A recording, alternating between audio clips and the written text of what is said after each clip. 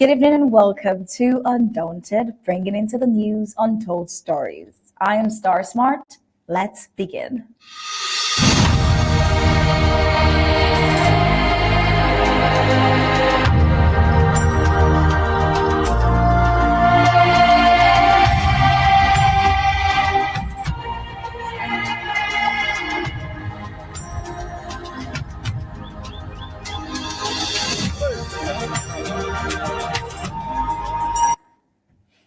Well, today's news from Ambazonia does not merely report events. It echoes the heartbeat of a nation fighting to be heard, remembered, and free. The voices rising from the homeland are not isolated cries. They form a chorus of resistance echoing through villages, streets, refugee camps, and international silence. How long can a people scream before the world calls its cry for help tangible? Now, how long must the wound bleed before it's seen as a wound? Well, Ambazonians are being torn between surrender and a continued fight for their freedom. At home, unpaid workers march not simply for salaries, but for recognition, for justice, for dignity. A people truly employed if they labor. Their labor feeds a system that leaves their stomachs empty and their homes hopeless. Well, we'll get into the full briefings of Undaunted right after this, but I get into the prime headlines first. Do stay tuned.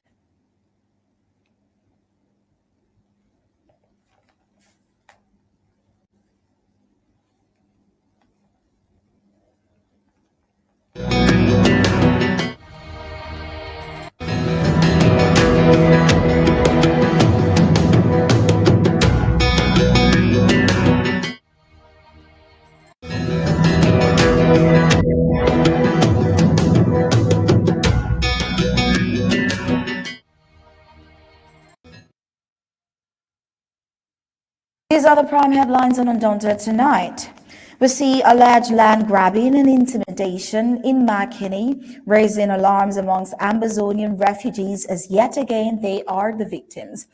Displaced Ambazonians in La République confronted with this violent land seizure in Makénéné, La République, as well as colonial neglect exposed as a mother and her children drowned while doing laundry at a river due to the absence of basic infrastructure. CDC workers stage another strike due to unpaid wages.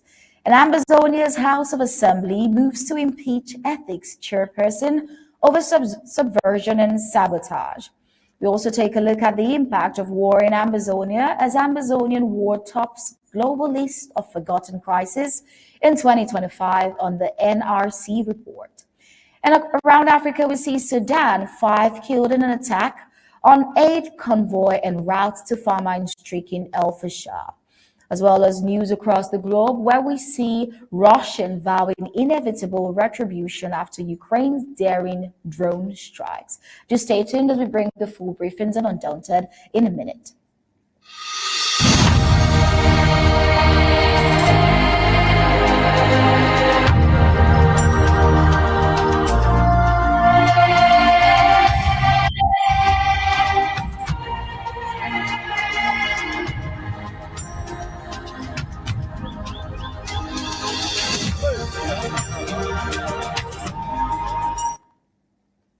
A circulating video reportedly from Makénéné in La République du Cameroon Center region shows 2 men restrained and interrogated, allegedly in connection with ongoing tensions over land disputes involving Southern Cameroonians who fled conflict in Ambazonia.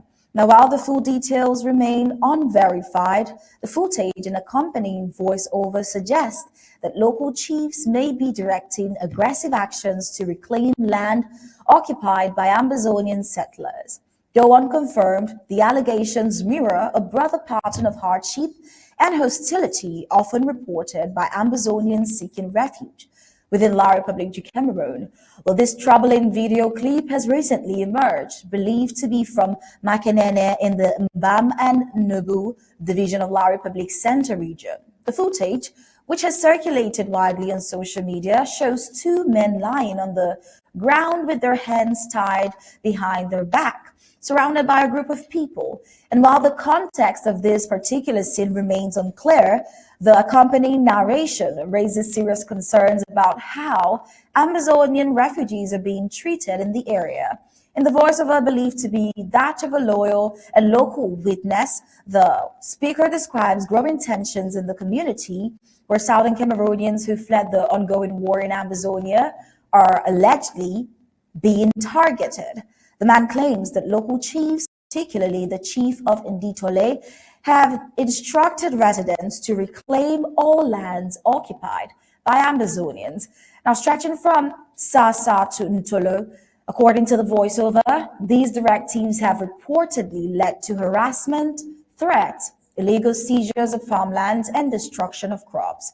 The narrator also alleges that a planned mobilization of armed men was also scheduled to begin on Monday, June 2nd, which was yesterday, with the aim of forcefully evicting Ambazonian settlers.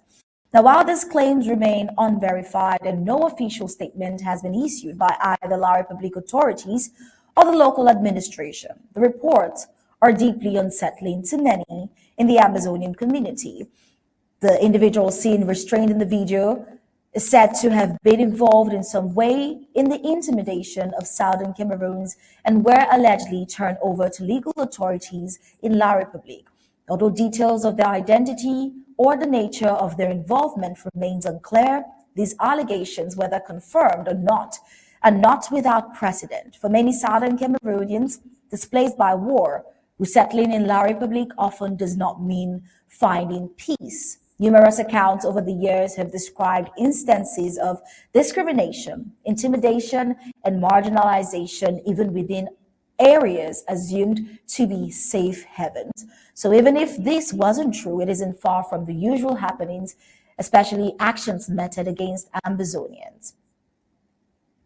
While the growing fear of land loss, assault, and social exclusion only deepens Ambazonians' vulnerability, and it is a sad sight. You see the silence as well from colonial officials. Sulfur has left many in a state of anxiety, hoping for a response that ensures their rights and safety are upheld.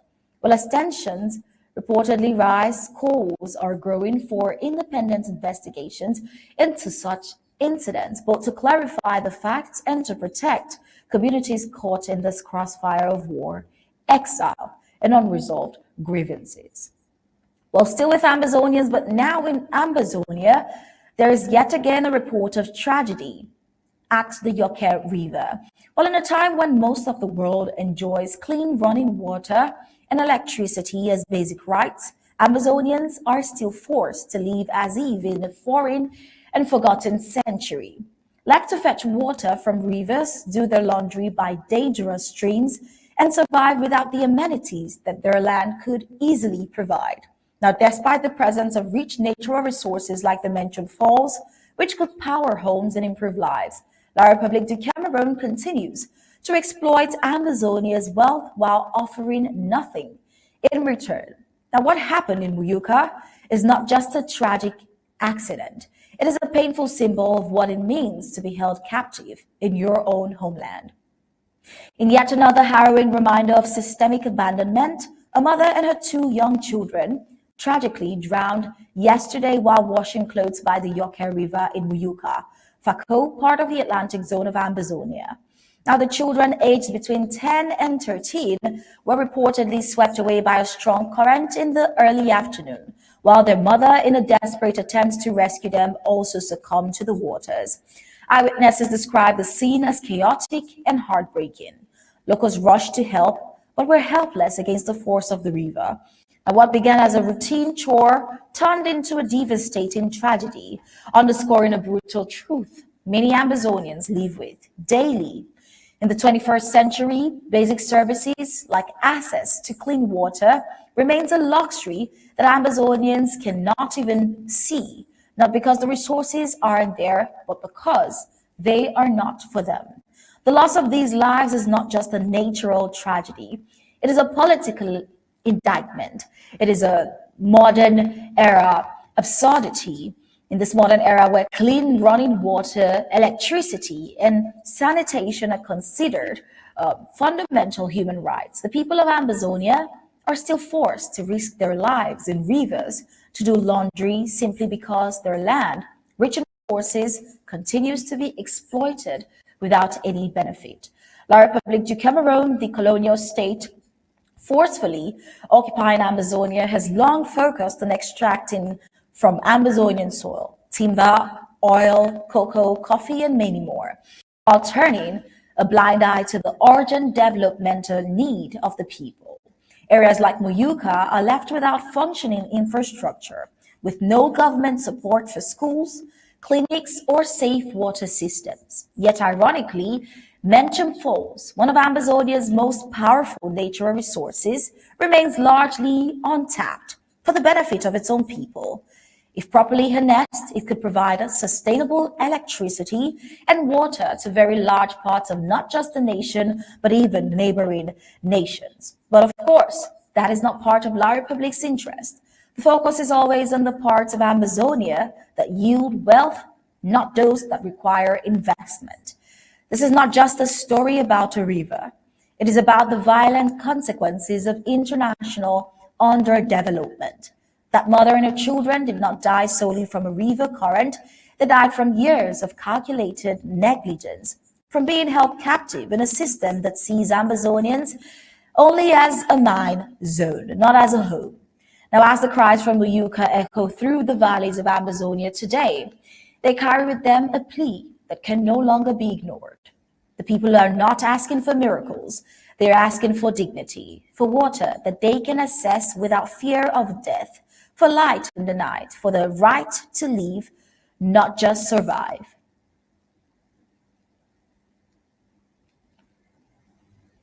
Well, as you can see, the chaos going on in the same community where such tragedy happened, it is obvious that until such time comes where Ambazonia is free to develop its own potential, free from exploitation and colonial subjugation, these rivers will remain gravesites for the innocent, and their deaths, though deeply painful, must not be in vain.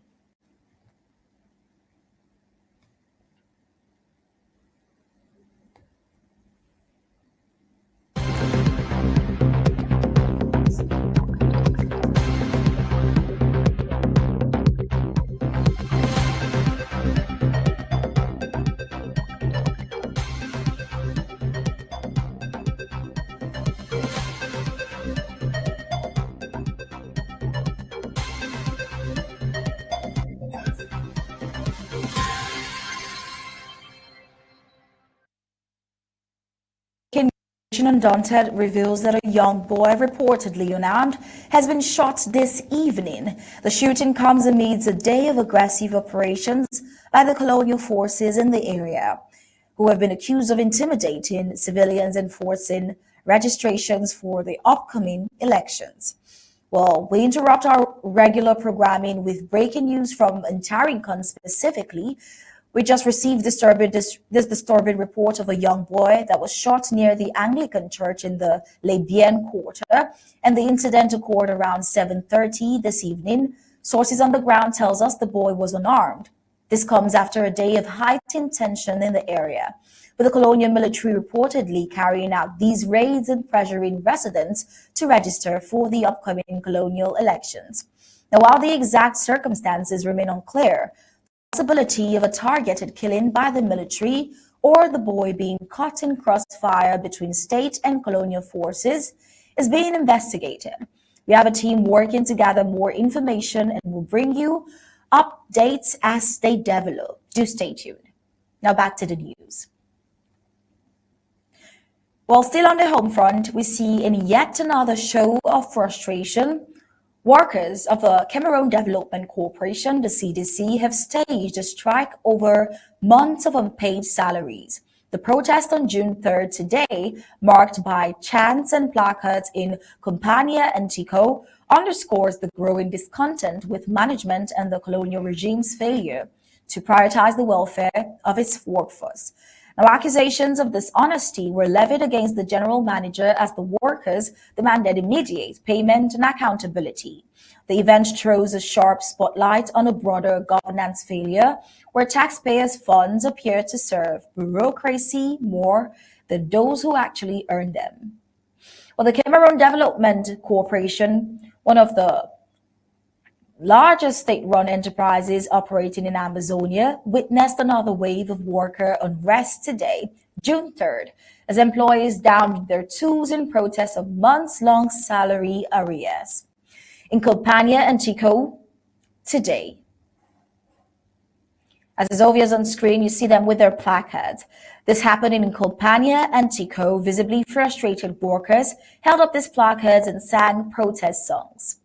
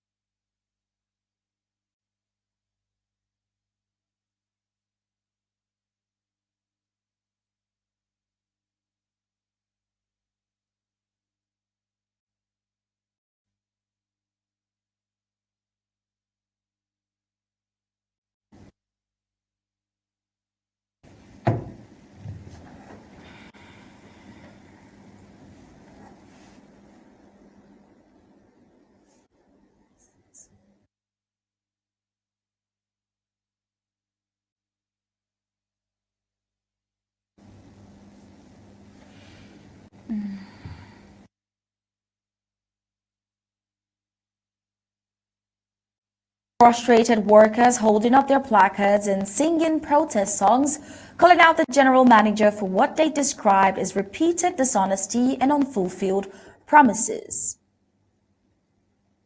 The protest comes on the heels of previous strikes, painting a consistent picture of neglect and disillusionment amongst the workforce. They said we cannot keep working without pay while others sit comfortably and grow fat on what we have earned. One protester and a worker who asked not to be named said this, and many others echoed similar sentiments, expressing disappointment in both CDC's management and the colonial authorities, whom they hold responsible for the ongoing crisis. The strikers are demanding immediate action, not just statements. They want wages they've worked for and the assurance that they will not be left in limbo again. For many, the absence of pay has meant going months without being able to meet basic needs, support their families, or afford transportation even to work. The implication of the protests go beyond unpaid salaries. It reveals a systemic failure in how the colonial regime allocates and manages public resources. Now, while taxpayers' money continue to flow, the benefits often fall and fail to reach the people who keep key sectors like agriculture running. Instead, what appears to be thriving is an overfed bureaucracy disconnected from the reality on the ground. Observers say the CDC's continued struggles only highlight a growing sense of abandonment amongst Ambazonian workers who, despite their productivity, are often last in line when it comes to receiving what they are owed. This incident adds to the broader narrative of a system more committed to preserving control than delivering justice or fairness to its people. While as operations at CDC slow once again, the call is clear. Pay the workers, restore accountability, and stop using institutions as tools of suppression and exploitation. The longer these issues remain unresolved, the more they will fuel the sense of injustice amongst those who have already sacrificed so much.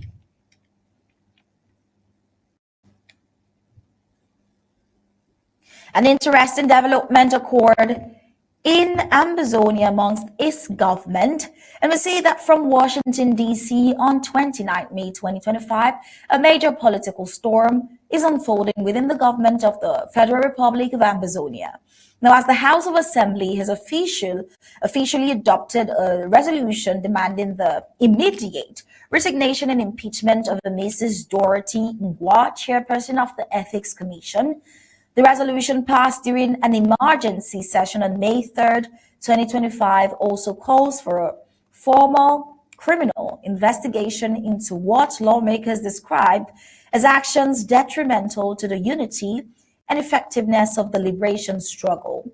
Now, according to official documents and correspondence released by the House, Mrs. Ngwa is accused of multiple acts of insubordination and political sabotage. Among the most serious claims is her alleged public disavowal of the government's legitimacy and the authority of its duty and duly elected president. Now, Dr. Samuel Ikome Sako, the House contends that Mrs. Ngwa's public rhetoric and decisions have incited division amongst the Ambazonian people, disrupted coordination between government agencies, and weakened critical diplomatic efforts. The crisis escalated further with revelations that Mrs. Ngwa is the creator and sponsor of a parallel media platform, Ambazonian State Radio and Television, the ASRTV. The House argues that the station's editorial direction has consistently promoted narratives designed to erode public trust in the official institutions of the Federal Republic of Ambazonia. Now, while deliberately diverting attention and support away from the government's recognized broadcast station, the ABC Amba TV platform, like Friends of ASR TV and the ASR TV and ABC Amba TV board, allegedly endorsed by Ngwa, have also come under fire for showing and sowing confusion and misleading the public into supporting unofficial communication channels. Well, tensions reached a boiling point when Mrs. Ngwa failed to respond to two official invitations sent by the House on April 17th and April 23rd, summoning her to attend inquiry sessions scheduled for April 19th and May 3rd. Her refusal to appear has been viewed by the Assembly as a willful act of defiance, especially given the gravity of the charges and the constitutional obligation for government accountability. Well, the House, in its May 3rd resolution signed by Speaker Honorable Dr. Winnie Labati, declared Mrs. Ngwa unfit to continue serving in any governmental capacity.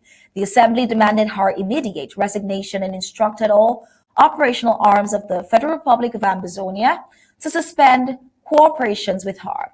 It further stated that if she failed to step down voluntarily, formal impeachment proceedings would be initiated without delay. The resolution also mandated the Commander-in-Chief to initiate a criminal investigation through the Attorney General or relevant judicial body, with the possibility of charges relating to sedition, treasonable felony, sabotage, and breach of duty.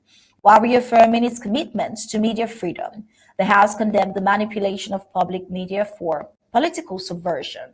Lawmakers called on Mrs. Ngwa to demonstrate her commitment to the cause of statehood restoration by engaging in acts that promote unity, mutual trust, and collective interest in the Ambazonian people. Well, in an appeal to the broader public and international observers, the House emphasized that these actions should not be interpreted as internal disunity, but rather as constitutional enforcement aimed at preserving discipline and integrity within the liberation movement. The statement urged Ambazonians to retain and remain vigilant, resist misinformation, and remain loyal to the government established to lead the path of independence. Well, attached to the public resolution were copies of all relevant communications previously sent to Mrs. Ngwa, including the original inquiry invitations.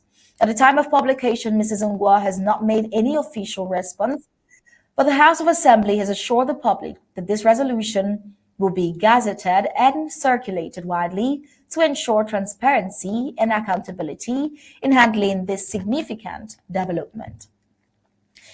Before we leave concerns of the home front, we take a look at the impact of war in Ambazonia, ranking the top on global list of forgotten crises. Well, for nearly 8 years, the people of southern Cameroon's Ambazonia have been caught in this brutal war for self-determination, a war born out of marginalization and colonial subjugation.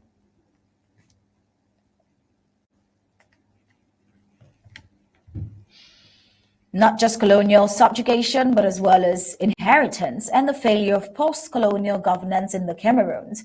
Yet despite the ongoing violence, mass displacement, and humanitarian collapse, the world has turned a blind eye.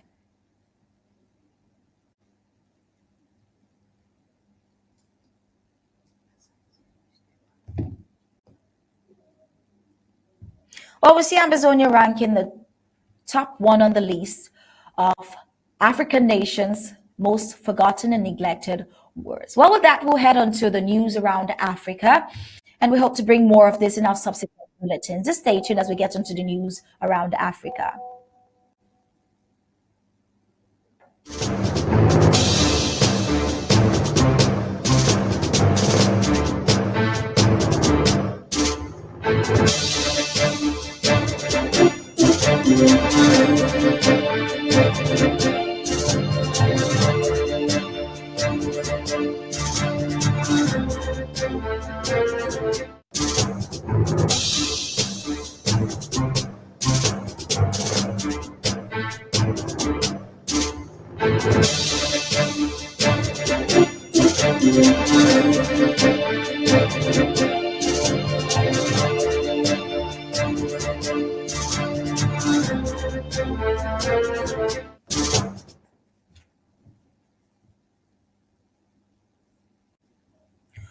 Well, before we get to the concerns on the home front, we have with us Barrister Mbeseha in the studio.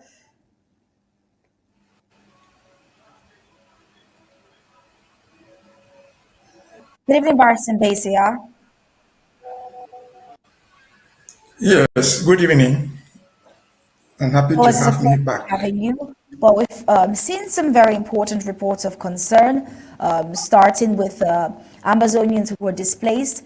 Well, that's a report that is yet to be verified, and it's nothing new. We've seen Ambazonians over time being mistreated, especially in La Republique, and some other times they're targets of kidnap for ransom. Some other times they're also target for intimidation and subjugation. And this time around, there is an allegation going around that that video is yet another person, Amazonian, being intimidated for a land that they were, that was grabbed from them by the La République du Cameroon residents. Well, we've taken a lot of reports of concern, and it's good to have you here with us. Finally, we'd like to get your thoughts on that particular report for now. Well, based on what we know about the report, I think your narrative is not even the best. They are not being, those people that you have shown on video are not being, are you getting me? Are you getting me? I can hear you. I said those people you show on video are not being intimidated. No, they are not being intimidated. They are restrained. They are handcuffed with their hands tied behind their backs. That is more than intimidation. They are being tortured. And based on what we know, what we can see right there, this book say they are in Makénéné.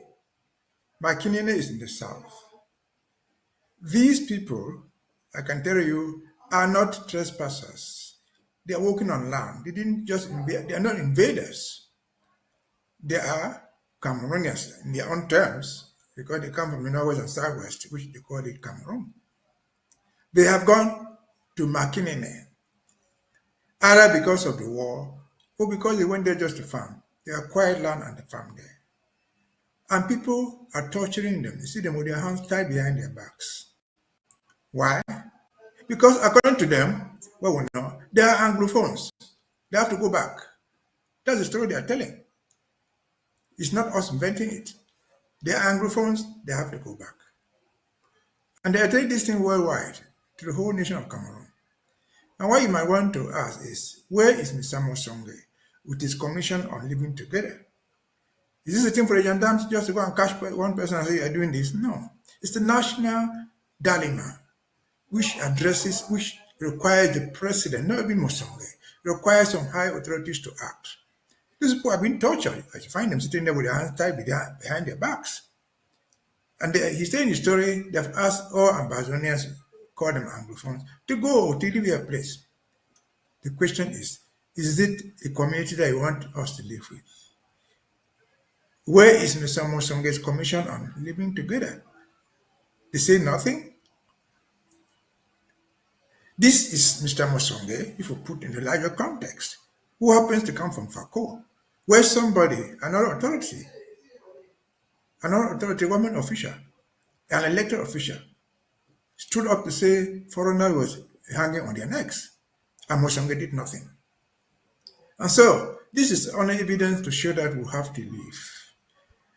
These same actions are not being taken against our refugees in Nigeria, or in Ghana, or anywhere else out of the so-called Cameroon. They are being taken against them in their own so-called country, Cameroon. If we have thousands of refugees in Nigeria, we're not seeing somebody being tortured like that. To the best of our knowledge, those in Nigeria are given places to farm so they can live on, so they can just survive as human beings. But why these people go to Makénéné, most particularly in the south or the center, the home province or the home region of the president, and they are being tortured to go. You find people standing with their behind them. And so, even if these people were trespassers, do you take the law into your own hands? You go to court, obtain a judgment, and there's a way to expel a trespasser. You don't do it yourself. And so it just tells us that we are in the wrong place. That is one of the reasons that we fight. That's one of the reasons that we have to leave that place. Because no place is safe for you. These people are just ordinary people. They didn't carry They have not accused them for doing anything. They didn't say they stole. They didn't say they killed anybody. Their crime is being in Makénéné. Their crime is being Anglophones, as you call it. And Anglophones in Cameroon, we know them to be Ambazonians. We know them to be citizens of the British Southern Cameroon. Over to you.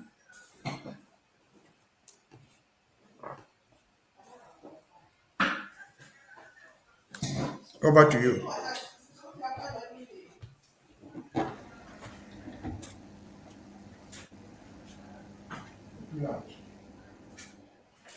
All right, thank you so much, Barrister Mbeseha. I believe you can hear me now. Did you get me, I would Troy? like to get a feedback from you. Oh, you didn't get me when I was speaking? Absolutely, everything you said. Can you hear me now, Barrister Mbeseha? Yeah, I'm getting you. I'm getting you. I'm getting you. Yes, well said. So from what you said, there were other reports also of concern, not just Ambazonians being mistreated in La Republique. We also see from negligence when it comes to infrastructure, even with having the mentioned waterfalls that could serve not just for taps, but also for electricity. Ambazonians lack not just electricity, but basic infrastructure like tap and boreholes, which has led to the loss of life. And in this case, the loss of life of a mother and her 2 children who lack basic infrastructure like a tap.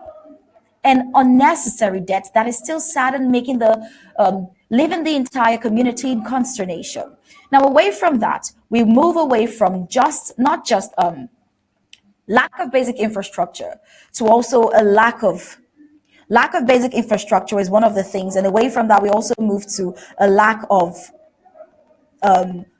salaries, unpaid wages. And these are all the tragedies going on in Ambazonia against Ambazonians. And at the end of the day, who gets to face the brunt of the war? Still Ambazonia. So in light of this, would like to get your thoughts. How do you think La Republique plays a larger role in this lack of literally everything, infrastructure and unpaid salaries? Would like to get your thoughts on that. Well, let us start with the issue where a woman lost her life with her children. I think you have mentioned Menchum. Menchum is even too much. Because talking about Menchum is talking about electricity, which takes some time, takes some money to do it. These events, the death of this woman and her children, is in Yoke. Yoke is in Moyoka. Yoke is historically important because that river where that woman drowned is where we used to have what they call power camp. It generated energy for us. That's where power camp was located. But the most important thing is, Yoke is in the center of Moyoka. These women are dying. This woman has died with her children. For what? For trying to wash clothes in the Bay River. Is it what is above the government of Cameroon? Is it what is above the council of Moyoka? Just to manage the water in such a way that people can wash clothes inside there without drowning. Is that what is above them? You just need to come there and build a place, put some slabs. People wash their clothes there, they don't fall into the river. Is that something expensive? Is that something technically so difficult? Certainly not. But in addition to that, that river has been there since 19 before they cannot go across that river. They use a ferry. They use boats to cross that river to Pendamboko. I know the place where I've used it. Is that what it's about to be a small bridge over that river? I saw somebody in that from the video you showed us. You saw somebody crossing the river on foot with the dog. The dog was swimming. So the dogs even suffer the pain of this occupation. And so if people cannot have bare water even to drink, they don't even have the opportunity to close in a river without drowning. And you would say, this is the government that 2 days ago, or this Monday, Sunday, they sent the Prime Minister to Buea to tell the people of the so-called Southwest how they are going to build a stadium for so many billiards in Kumba. How a month ago or two, they sent people to Kumba and to Bamenda to tell them how they are trying to put them with what they call it, a gas refilling, cooking gas refilling plant. This is what they call the government. And so if these people are not ashamed of themselves, what else can they ever be ashamed of? This is the government that's in preaching reconstruction. And they cannot even give a boat. They cannot even give a bucket for that woman to carry the water and wash it at the bank. Wash her clothes at the bank of the river. Because what are they drowning? Because they are trying to throw that water, throw those clothes inside the water. They don't have a bucket. So it is not what is above this. It is what they have deliberately decided to do to us. Again, as I've said, that river over Yoke is where we had power camp implanted. It is so electricity for us, and it was electricity for us. They killed power camp, and they took away whatever thing was left there. Today, people are drowning. Fast forward to the CDC incident you mentioned. The CDC did not start to exist today. How can the CDC ever be going on strike? The workers going on strike for no pay. Going on strike for no pay? The CDC is not constructing roads. The CDC is the farm. The farm on crops that are harvested and sold immediately for cash. They produce rubber. They produce palm oil. These are consumable things that are used on the spot and paid for. Why are they not having salaries? Where is the money going to? Does CDC mean that they have not sold all these products over the years? They farm bananas, which they are shipped immediately, otherwise they get rotten. So why should this CDC go into this type of coma? It is simply because the government of Yaoundé has taken over CDC. You saw them demonstrating their placards, part of which read that they needed health. CDC was created in 1948 to save the people. They had hospitals of their own. They had schools of their own. And so they had doctors. They equipped their hospitals. From what they were doing, they were not borrowing money to do those things. It was from their own produce, from their own produce. And so if they had money, if they sold their produce, call it palm oil, call it rubber, call it pepper that they were farming. They paid their workers first. Whatever was left as profit is what reverted to the government. And that money was sent to the government as per the creation of CDC to develop the places. They were not sent to Buea for the Prime Minister to eat. I can say, for example, that the proceeds from the CDC plantations were used to construct Bota. They were used to construct government school in Kumba, government school in Manfred, government school in Bamenda. There are records there. So how did CDC become this? Where people will work daily for things that are sold on the market every day, and then they will not be paid. I saw them saying there, a doctor, they are owing the doctor 85,000 as a salary. What's 85,000? That's less than $200 a month. What's the price of the bale of rubber that they sell from there? What's the price of the ton of palm oil that the CDC produces? So they tend to they go on this strike.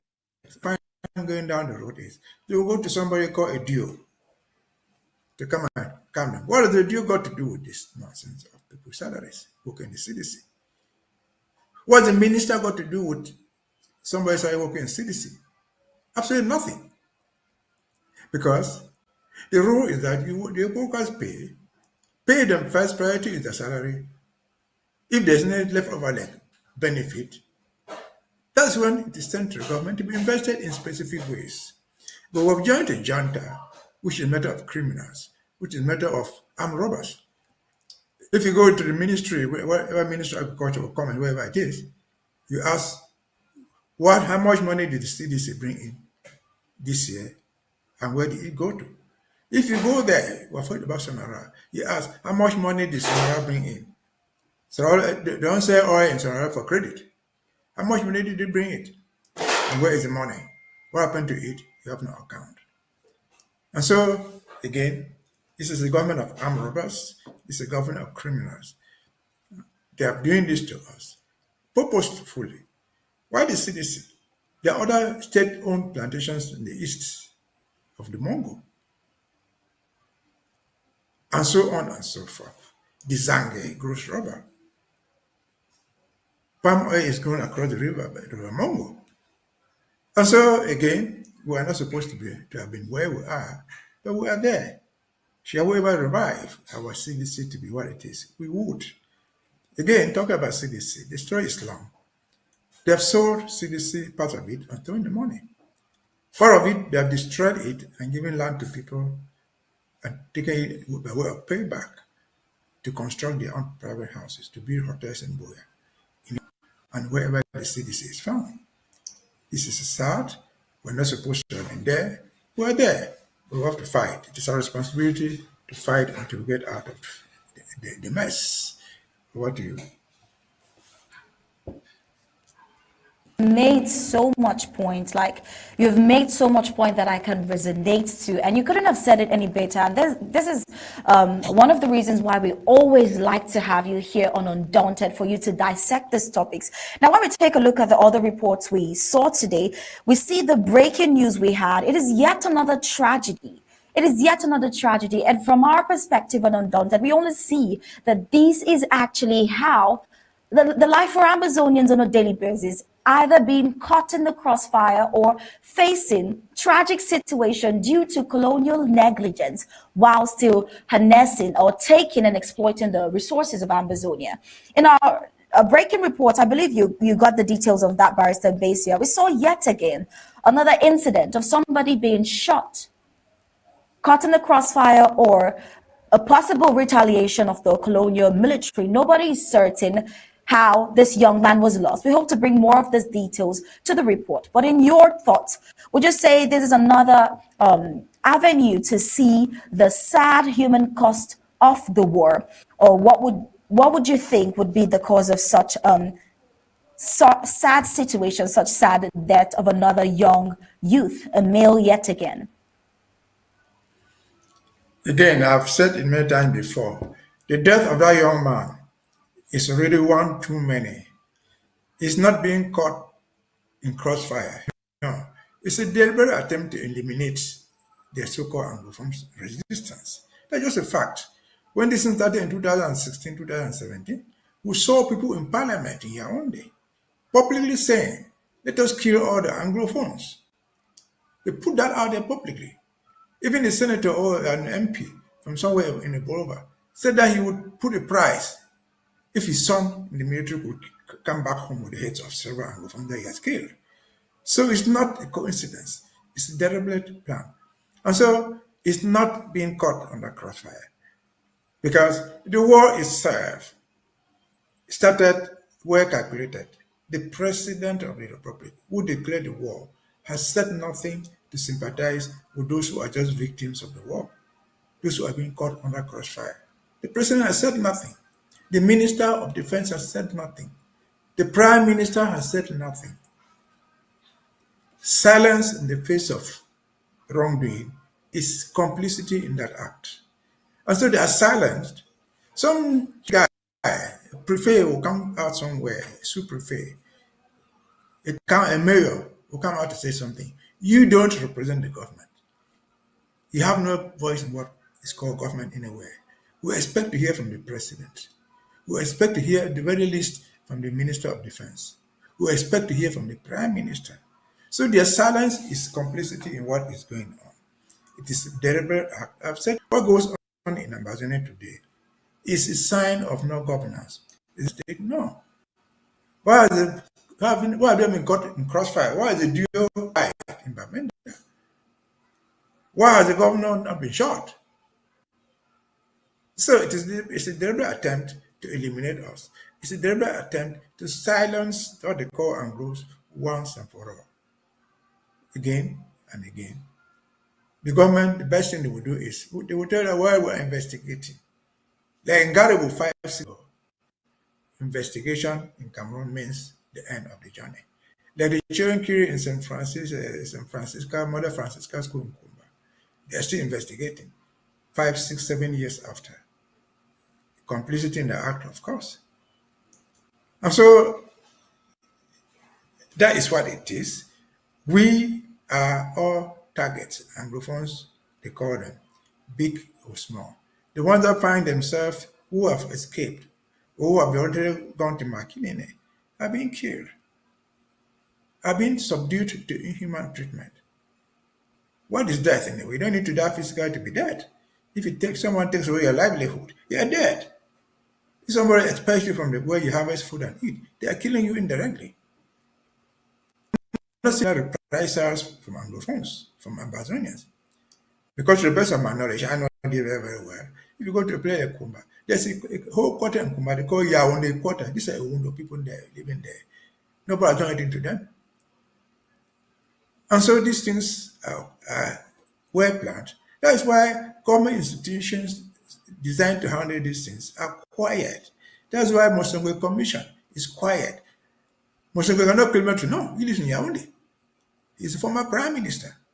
He was the head man of the CDC. He was general manager of the CDC.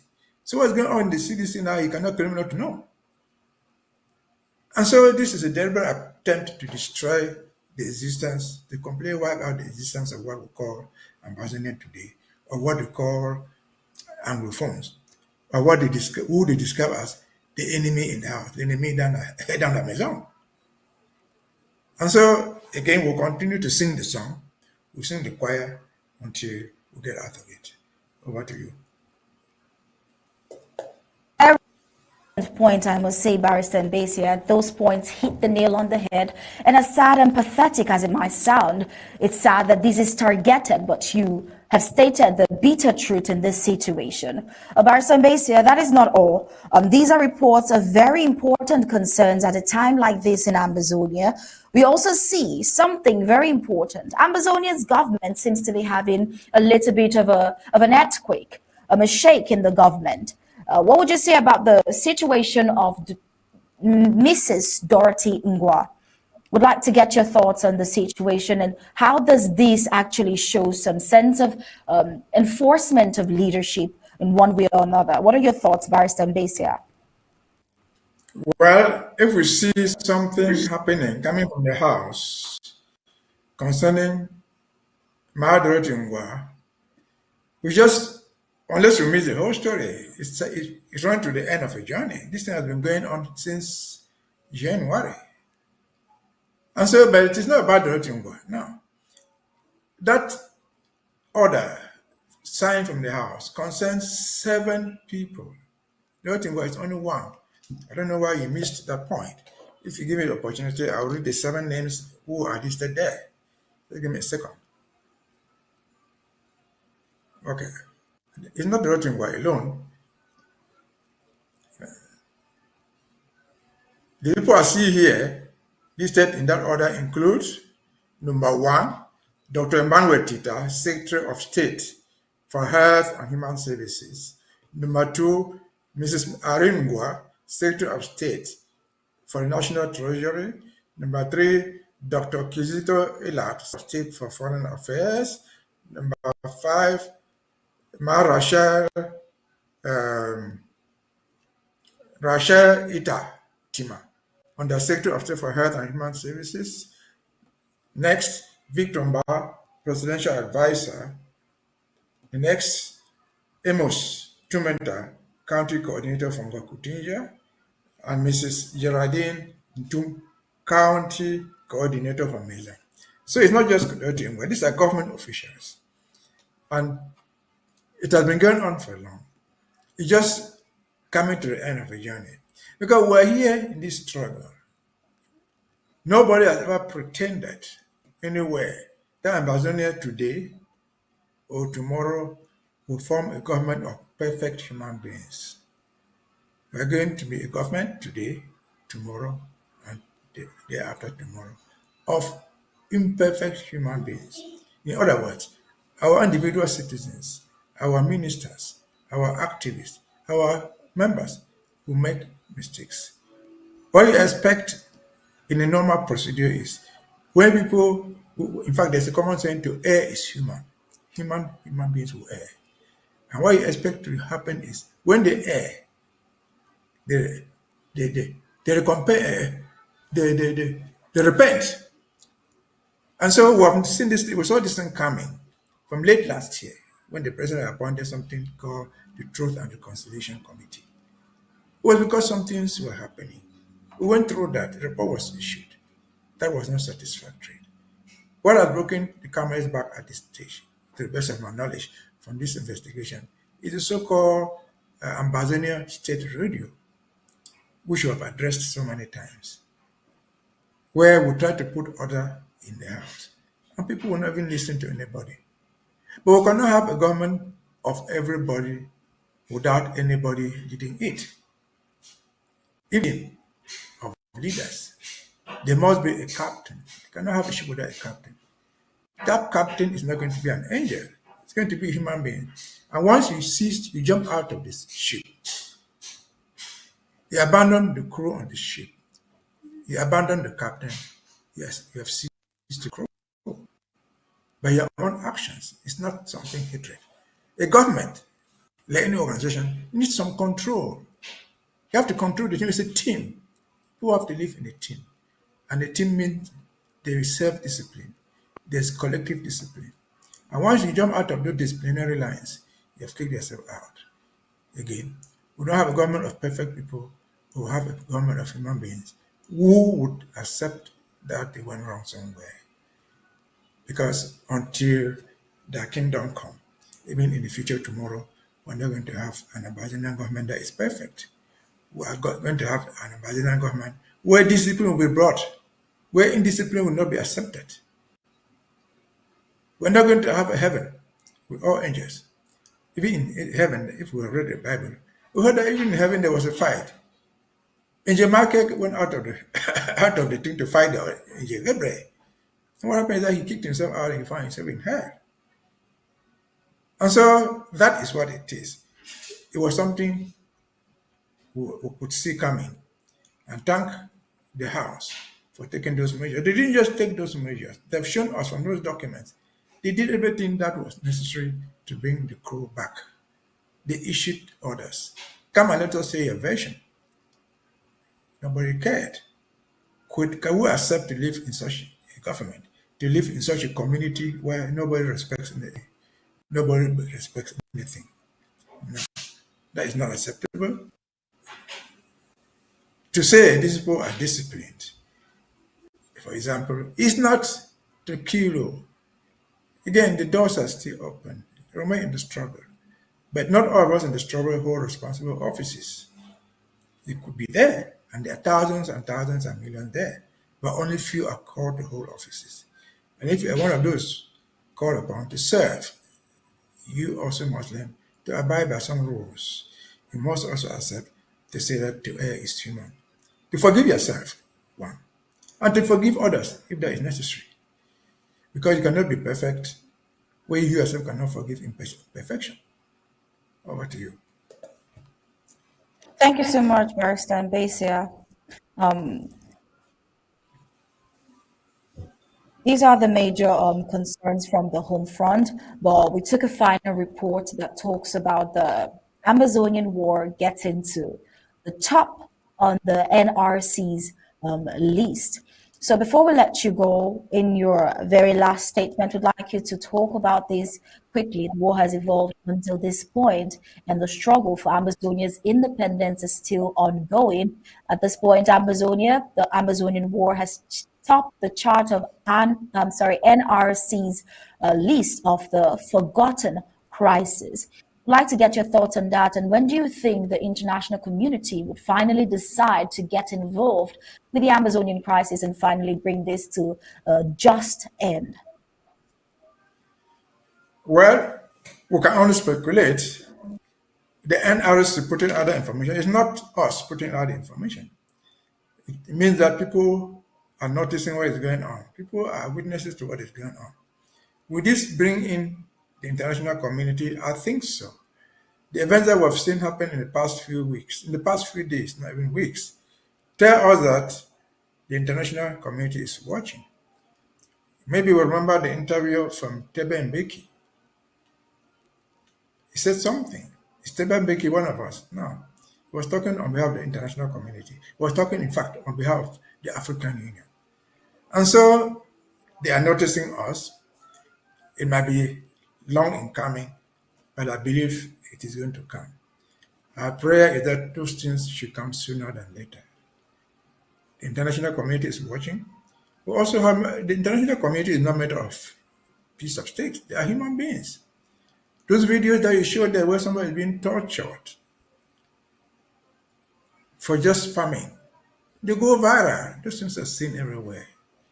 And so we think that the international community is listening. Our prayer and our wish is simply that they act sooner than later, because delay defeats equity. If it stays too long in coming, by the time it comes, many would have lost their lives. Like that woman in Moyuka would have taken a few hours to build a place for laundry at the point of that river. It could have taken a few thousand francs, but they left. People have lost their lives. They may go off to build a place today, but that will not bring the lives of that woman and her children. It will not bring them back to life. And so we wish people act. We pray the international community acts, and act fast and swift, so as to save the human race called Ambazonians from this delicate situation where they have been pushed to. The war is not our making. It was brought onto us. We're just victims. And so that's our prayer. Over to you. So much, Barrister Mbeseha. It is a delight and a pleasure to have you join us yet again on Undaunted this wonderful evening. We'll draw the court and close with you here, but then get on with the African report. Thank you once again for joining in. Thank you.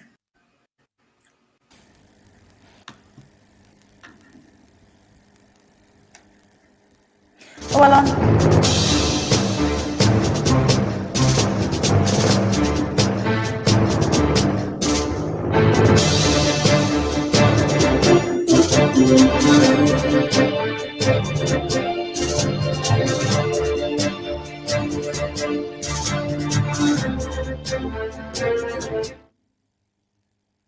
On the African scene, we see Zuma's bid to halt corruption trial dismissed. December showdown continues to loom. A South African High Court has dismissed former President Jacob Zuma's latest bid to stop his long-standing corruption trial.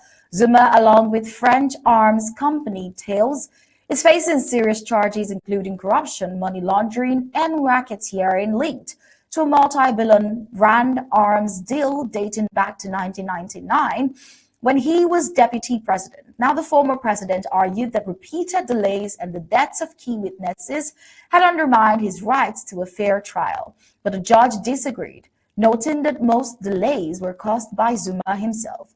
The state has been ready for trial since 2019, but the case has faced numerous setbacks, many stemming from Zuma's failed attempts to remove lead prosecutor Billy Downer, whom he accused of bias. Now, Zuma's former financial advisor, Kabir Shaikh, was convicted back in 2005 for corruption and fraud, with the court finding overwhelming evidence of a corrupt relationship between the two, while the case continues to drag on. It remains a critical test of South Africa's ability to hold powerful figures accountable. Now, the trial has been postponed to December 4th, when the state will push for it to proceed, regardless of any new appeals. Still in Africa, we see 2 killed after suspected terror plot foiled near Catholic shrine in Kampala.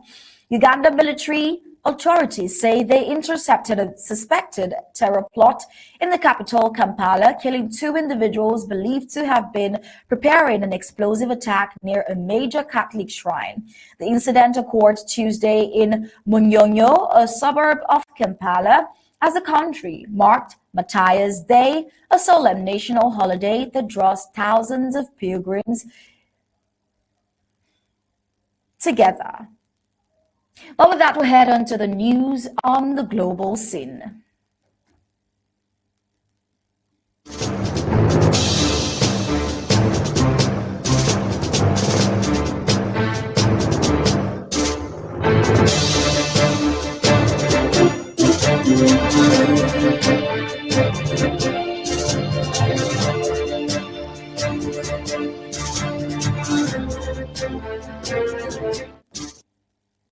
On the global scene, Russia has issued a stern warning of inevitable retribution following Ukraine's audacious drone attacks that penetrated deep into Russian territory, causing significant damage to military assets.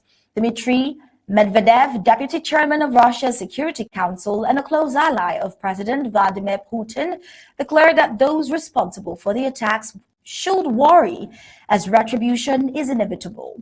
The Ukrainian operation, dubbed Spider's Web, targeted multiple Russian air bases, reportedly damaging or destroying over 40 strategic bombers, including the Tu-95 and Tu-160 aircraft, satellite imagery confirms.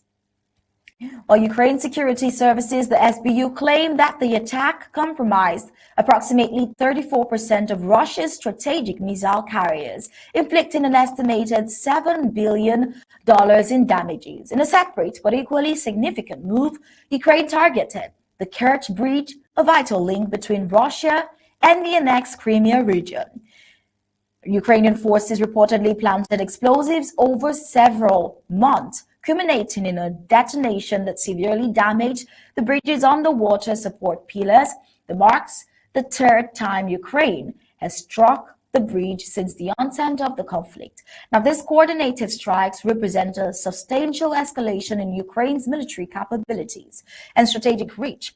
By targeting critical infrastructure and military assets deep within Russian territory, Ukraine has demonstrated an ability to disrupt and challenge Russian operations far beyond the front lines. In response, Medvedev emphasized that the recent peace talks in Istanbul were not aimed at compromise, but at securing Russia's swift victory. But then, elimination of what he termed Ukraine's neo-Nazi regime, he stated, "Our army is pushing forward and will continue to advance. Everything that needs to be blown up will be blown up, and those who must be eliminated will be." While the implications of this development are profound, Ukraine's successful deep strikes may force Russia to reassess its defensive strategies and could potentially alter the dynamics of the conflict. However, Russia's vow of retribution and continued offensive remains fraught. Postures suggest that the path to peace is not known and only fraught with challenges. We also see the headlines with mass prison break in Karachi following earthquake evacuations. Over 200 inmates escape.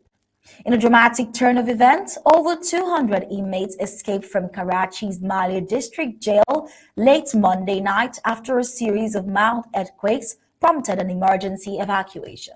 The tremors, ranging between 2.6 and 3.4 in magnitude, led prison officials to move inmates out of their cells as a precautionary measure. However, amidst the ensuing chaos, a group of prisoners overpowered guards, seized weapons, and initiated a mass escape. The jailbreak resulted in the death of one inmate and injuries to 3 security personnel during the shootout. Now, as of Tuesday, today, authorities have recaptured 78 of the 216 escapees, with efforts ongoing to apprehend the remaining fugitives. This incident has raised serious concerns about the structural integrity of prison infrastructures in earthquake-prone areas, and the preparedness of security forces during natural disasters. The Sindh provincial government has responded by dismissing the prison chief and two other officials over the security lapse. Sindh Chief Minister Murad Ali Shah urged the escaped inmates to surrender voluntarily, warning that those recaptured could face terrorism charges. The jailbreak, one of the largest in Pakistan's history, underscores the need for comprehensive emergency response planning and robust security measures within the country's correctional facilities. With that, we've come to the end of Undaunted tonight. But before we go, let's take a look at the major headlines.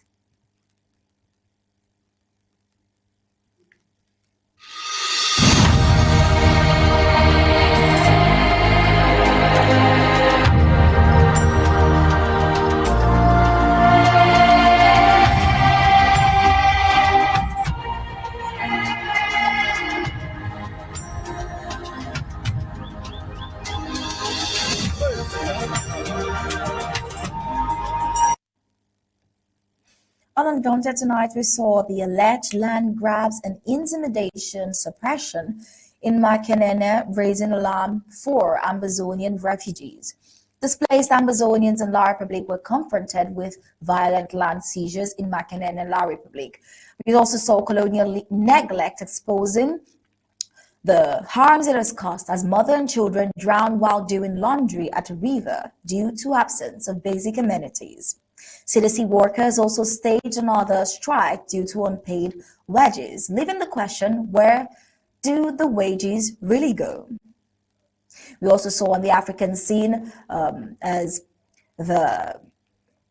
in Uganda, we saw the happenings in Uganda as well as the happenings in Russia, the war never ending. Well, with that, we've come to the end of Undaunted tonight, bringing into the news Untold Stories. On behalf of the entire Undaunted crew, I say thank you for joining in. We'll leave you with ABC Amba TV images. Good night and God bless you.